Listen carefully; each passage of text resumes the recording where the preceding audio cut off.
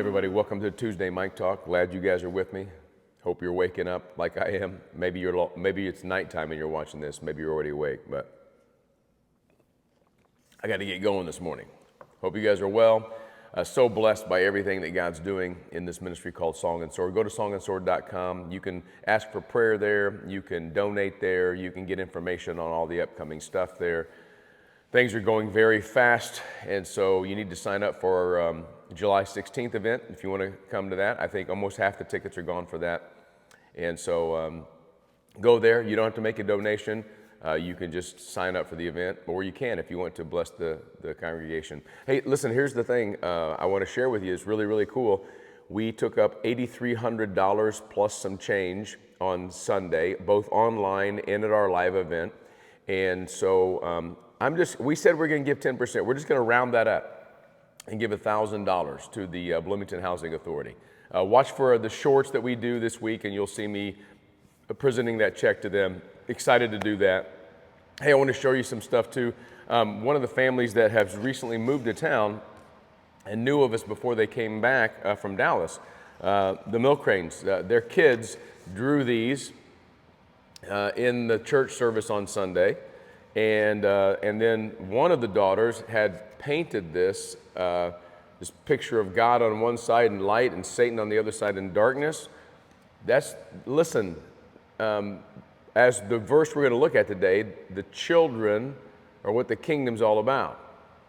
And one of our biggest challenges at Song and Sword is how to do a children's ministry that is awesome, and was going to teach them the ways. And by awesome, I just mean they're teaching them Jesus. Let me read this passage. I know I've read this passage before on Song and Sword, but we're continuing this idea of prayer and how can we pray and what should we pray about. And I hope you're inundated. Several people have commented and saying, man, I've just learned so many little nuances about prayer.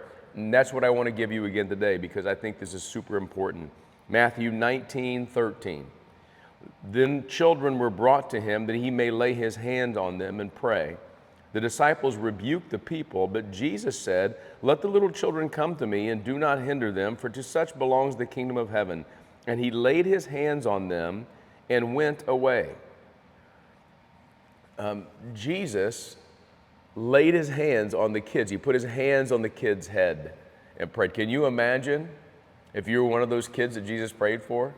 What an awesome experience that must have been, and what a thrill that must have been for the parents, for the Son of God in the flesh, the Messiah, to pray particularly for their kids. But did you know that I think this is a thing that goes all the way back to the Old Testament, where fathers would lay their hands on the top of their kids' heads and they would pray blessings over them. I do this almost every time I'm with Israel. I put my hand on his head and I say, hear, O Israel, the Lord our God, the Lord is one. You shall love the Lord your God with all your heart, soul, might, and strength. I pray for my granddaughters, Sophie and Mila Joy, every day, several times. I still pray for my sons, Mikey and Caleb. I still pray for my daughters, Monica and Jessica. The reason is because I believe you should pray for your children specifically. But I think there's another thing we can learn here, that you can lay your hands on someone even from a distance through prayer. And I specifically want to encourage you today to pray for our children. Pray for the kids that are in high school and the stuff they're going through. Maybe you have a high schooler. Let's start with this. I'm a little bit random today, but stick with me. If you have children or grandchildren, there's no more important prayer than you can pray for them. Pray, number one, not for them to get a job, not for them to grow up and have, a good career, not for them to do well in school, number one, pray that Jesus Christ might be their Lord and Savior.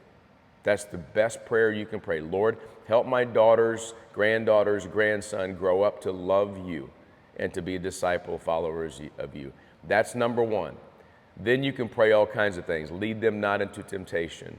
Keep them away from bad kids. Give them good friends.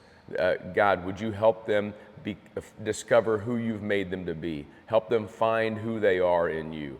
Help them find a place in this world where they can contribute to your kingdom. There's so many prayers you can pray for young kids, and I think you start early. If you get a baby granddaughter or grandson, or a baby daughter or son, you're praying for them. Pray for their spouse. Pray that they marry someone who loves Jesus. Pray that that they grow up to serve Him.